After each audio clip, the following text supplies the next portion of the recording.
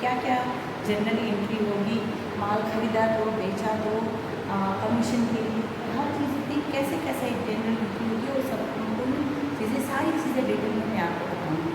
देखिए सबसे पहले समझते हैं, जब व्यवसाय में व्यवसायी माल को खरीदता है, माल बेचता है या बिज़नेस स्टार्ट करता है। स्टार्टिंग में ये चीज़ें होती हैं, बिज़नेस स्टार्ट करने के लिए भी हमको बहुत सारी चीज़ें खरीदनी पड़ती हैं, बेचनी पड़ती हैं। तो उसके लिए कैसे जनरल एंट्री करेंगे, उसका जनरल में लेखा जोखा कैसे रखा जाएगा, जनरल एंट्रीज उसके लिए कैसे होगी, उसे हम लोग समझते हैं।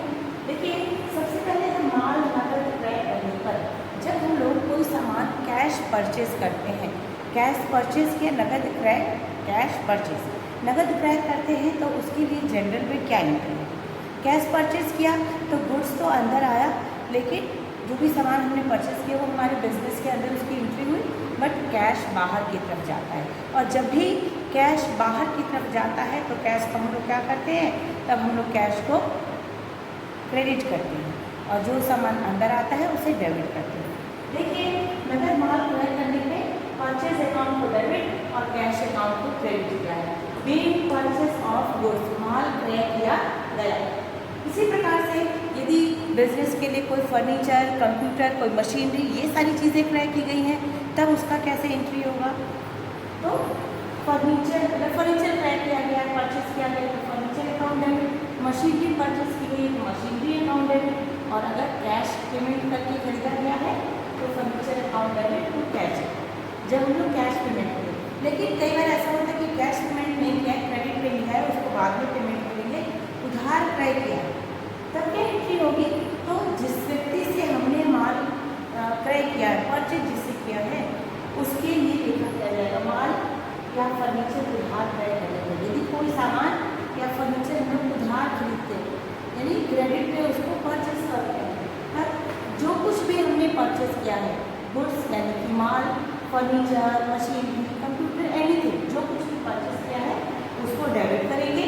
और जिस व्यक्ति से हमने परचेज किया है, राम, मोहन, सीता, गीता एक्सेट्रा, जिससे भी परचेज किया है उसके अकाउंट को क्रेडिट किया जाएगा। क्रेडिट को हमेशा दूसरे लिखते हैं और डेबिट में आगे दिया जाता है। Narration being purchase of furniture from, जिससे लिया है, राम, मोहन, जिससे लिया है। फिर है आपने बिजनेस को स्टार्ट करने के लिए रॉ मटेरियल खरीद लिया, गुड्स खरीद लिया, फर्नीचर, मशीनरी लिया है, अब बिजनेस को स्टार्ट करना है। अब बिजनेस को स्टार्ट करना है तो यदि व्यापार प्रारंभ करते वक्त सिर्फ हमने कैश लगाया है, कई बार बिजनेस केवल कैश अमाउंट लगा के बिजनेस स्टार्ट किया जाता है, तो ओनली कैश हमने इन्वेस्ट किया है तो cash account debit to capital account. Being cash brought for commencement of business, cash business में कैश अमाउंट लगा के बिजनेस को स्टार्ट किया गया है। अगर मान लीजिए बिजनेस में कैश के साथ साथ कुछ हमने गुड्स भी लगाया है, कोई सामान भी लगाया है, कैश ही सिर्फ नगद रुपया ही नहीं लगाया है, उसमें land, property, building, furniture, machinery, बहुत सारी चीज़ें हमने कैश के साथ लगाकर बिजनेस स्टार्ट किया। आपके पास पहले से लैंड, प्रॉपर्टी थी, तब क्या होगा, तब कैश अकाउंट डेबिट के साथ साथ है एक और एंट्री हो जाएगी, स्टॉक लगाया है तो स्टॉक अकाउंट डेबिट, या फिर जो माल लगाया है, फर्नीचर, लैंड, मशीनरी, प्लांट्स, जो कुछ भी लगा के बिजनेस स्टार्ट किया है कैश के साथ, तो कैश अकाउंट डेबिट, और एक और एंट्री हो जाएगी मशीनरी या goods account debit to capital account. ये सब किस रूप में लगा है, capital as a capital. Capital क्या होता है, जिस अमाउंट या जिस गुड्स के साथ हम बिजनेस स्टार्ट करते हैं वो हमारा कैपिटल है। Being cash bought from commencement of business, commencement of business means business start करना। बिजनेस स्टार्ट करने के लिए स्टार्ट बिजनेस भी लिख सकते हैं, लेकिन कमेंसमेंट ऑफ बिजनेस ये ज़्यादा सुटेबल होता है। अब आ जाइए, यदि कोई व्यवसायी उसने बिजनेस स्टार्ट कर दिया, व्यापार चल रहा है और उसको व्यक्तिगत प्रयोग के लिए कुछ आवश्यकता हो, उसे अपने पर्सनल यूज़ के लिए कोई सामान, कोई कुछ पैसे अपने बिजनेस से निकालना पड़ा। जब व्यवसायी को पर्सनल यूज़ के लिए कुछ सामान या कोई थिंग अपने लिए उसको निकालना पड़ा, उसके लिखा मैंने व्यापार से आहरण करने। हिंदी में बिजनेस से अपने व्यक्तिगत प्रयोग के लिए जब व्यवसायी कोई सामान निकालता है तो उसको हिंदी में आहरण करना बोलते हैं, और इंग्लिश में उसे क्या बोलते हैं, ड्राइंग करना। इंग्लिश में आहरण को ड्राइंग करना बोलते हैं। ड्राइंग, अभी तक हम लोग ड्राइंग जो आर्ट चार्ट बनाते हैं वो वाली ड्राइंग नहीं है। ये ड्राइंग का मतलब जब कोई बिजनेसमैन अपने पर्सनल यूज़ के लिए बिजनेस से कोई गुड्स या कैश निकालता है तो उसे ड्राइंग करते हैं। व्यापार से आहरण करने पे अपने बिजनेस के कैश से उसने पैसा निकाला है या कोई चीज़ निकाला है तो ड्राइंग अकाउंट डेबिट, जितना अमाउंट निकाला है उसको ड्राइंग अकाउंट डेबिट किया जाएगा। कैश लिया है, पैसे निकाला है तो टू कैश अकाउंट लिखा जाएगा। और यदि कोई गुड्स लिया है, कोई सामान लिया है तो परचेज अकाउंट डेबिट लिखा जाएगा। जैसे कोई कपड़े का व्यवसायी है, उसने अपने घर के व्यक्तिगत प्रयोग के लिए, अपनी फैमिली के व्यक्तिगत प्रयोग के लिए अपने बिजनेस से कपड़े निकाले यानी माल निकाला, गुड्स निकाले, तो उसके लिए हो जाएगा drawing account debit to purchase account, क्योंकि वो जो उसने जो क्लॉथ यूज़ किया है पर्सनल वो भी तो कहीं से परचेज करके लाया था, इसलिए परचेज अकाउंट निकाला था। और नरेशन इसका होता है being cash taken from personal use, अगर कैश लिया है तो being cash taken from personal use, और अगर गुड्स लिया है तो being goods taken from personal use. अब मान लीजिए जब बिजनेसमैन है तो उन्हें समय समय पे चैरिटी भी करनी पड़ती है, विज्ञापन के लिए यानी कि एडवर्टाइजमेंट के लिए भी देना पड़ता है। तो मान लीजिए किसी व्यवसायी को डोनेट करना पड़ा, कहीं दान करना पड़ा, चैरिटी करनी पड़ी, तो उसका जनरल में क्या एंट्री होगा, उसके लिए कैसे। अगर आप बिजनेस में डोनेट भी करें, किसी को दान भी कर रहे हैं तो कैश हमारा बाहर जा रहा है ना, कैश बाहर जा रहा है। जैसे ये भी एक प्रकार का हमारा एक्सपेंसेस की तरह इसको दिखाया जाता है, खर्च के जैसा दिखाया जाता है, और डोनेशन को भी डेबिट कर दिया जाता है। परचेज को भी हम लोग डेबिट करते हैं। एक्सपेंसेस जो कुछ भी खर्चे होते हैं, जितने भी प्रकार के खर्चे होते हैं, सारे एक्सपेंसेस डेबिट होते हैं, और जो उसके ऊपर पैसा खर्च होता है कैश को क्रेडिट किया जाता है।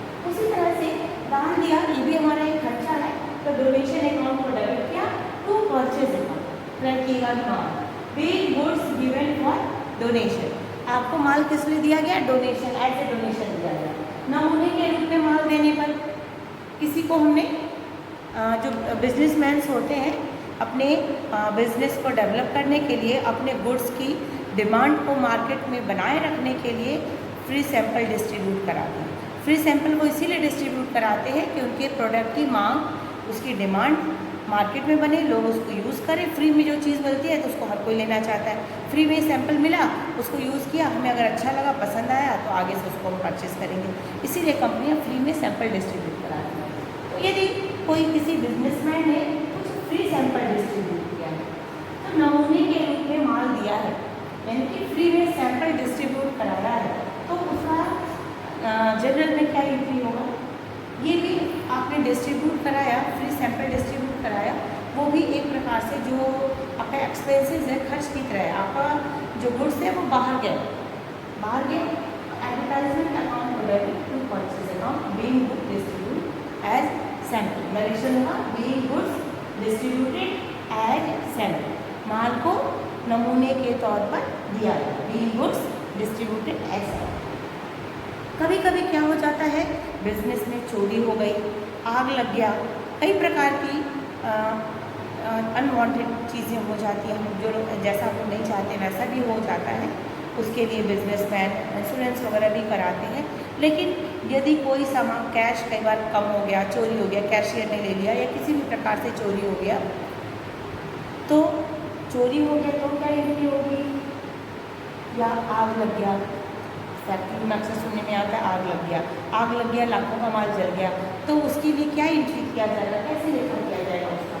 देखिए, यदि नगद चोरी हो गया, यदि कैश हमारा चोरी हो गया, नगद चोरी हो गया, कैश अमाउंट स्टोलन हो गया, तो उसके लिए जो उससे नुकसान होगा, चोरी होने से जो नुकसान होगा उसको लिखेंगे loss by thief at debit. ये नुकसान किसके लिए से हुआ है, चोर की वजह से हुआ, इसलिए लिखा loss by thief account debit. उसको डेबिट करेंगे और क्या, बाई परचेज अकाउंट, फिर कैश हो जाए तो कैश अकाउंट। नीचे लिखेंगे being cash stolen by thief, हमारा नगद रुपया चोर के द्वारा चोरी कर लिया गया। कैशियर से कई बार जो कैशियर गड़बड़ कर देते हैं तो बीइंग, यहाँ लिखेंगे हम लोग being cash stolen by cashier, cashier के द्वारा गड़बड़ किया तो, ठीक नहीं किया तो बाई थीफ। इसी प्रकार से कभी कभी अर्थक्वेक आ जाता है, आग लग गया, बाढ़ आ गई और जो बिजनेसमैन होते हैं उसका बिजनेस भी उसमें नष्ट हो गया, उसमें आग में जल गया या बाढ़ में उसकी जो गुड्स थे, उसकी चीज़ें थी वो खराब हो गई, नष्ट हो गई। तो उसके लिए उसमें बाढ़ की वजह से, आग की वजह से या भूकंप की वजह से अगर व्यवसायी का जो गुड्स है वो नष्ट होता है, वो ख़त्म होता है, तो उसकी क्या है? देखिए, आग से नष्ट होने पे लॉस बाय फायर अकाउंट। जब आग से कोई चीज़ नष्ट होती है तो उसके लिए लॉस बाय फायर। अगर भूकंप से हो गया तो लॉस बाय अर्थक्वेक, बाढ़ से हो गया लॉस बाय फ्लोड। आग से नष्ट होने पे लॉस बाय फायर अकाउंट, आग की वजह से जो नुकसान हुआ उसको लॉस बाय फायर अकाउंट में उस अमाउंट को डाल दें। क्या अगर माल नष्ट हुआ है तो to purchase account, when goods lost by fire. इसी तरह से यदि हमने इंश्योरेंस करा रखा है, जो हर व्यवसायी अपने माल का, बिजनेस का इंश्योरेंस कराता है, पहले से इंश्योरेंस करा के रखता है, और अगर मान लीजिए आग, जैसे मैंने लिखा है कि आग की वजह से जो बिज़नेस था वो ख़राब हो गया और उसमें जो माल रखे थे, गुड्स थे, वो नष्ट हो गए, वो लॉस्ट हो गया, तो उसके लिए फिर जो बिजनेसमैन होता है इंश्योरेंस कंपनी पे क्लेम करता है। इंश्योरेंस कंपनी पे क्लेम करता है, अगर इंश्योरेंस कंपनी ने सारा कुछ चेक किया, सब कुछ सही है, तो उसको क्लेम को वो एक्सेप्ट करता है और उसका पेमेंट उसको कर देता है। तो जब बीमा कंपनी से क्लेम तब करेंगे ना जब पहले हम इंश्योरेंस कराएंगे।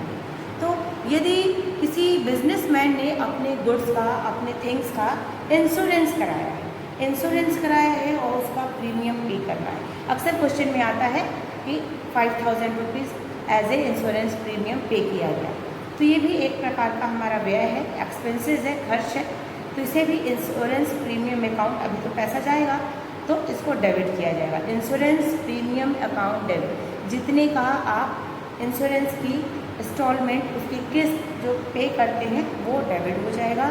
कैश में देना होता है इंश्योरेंस प्रीमियम, हमेशा हम लोग कैश में देते हैं, बाई चेक भी दे सकते हैं, तो उसको insurance premium account debit to cash लिखा जाता है।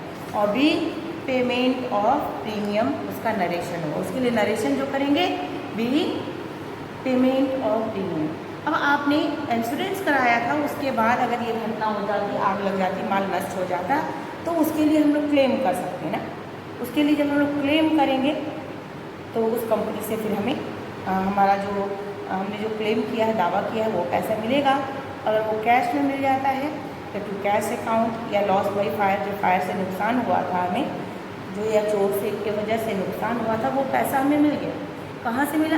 इंश्योरेंस कंपनी से मिला।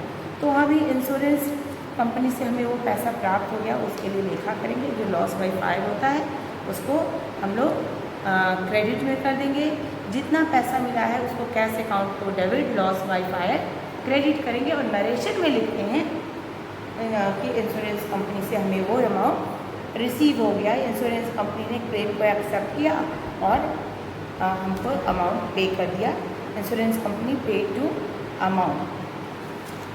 ओके, तो जनरल में मोस्टली इतने ही एंट्रीज होते हैं।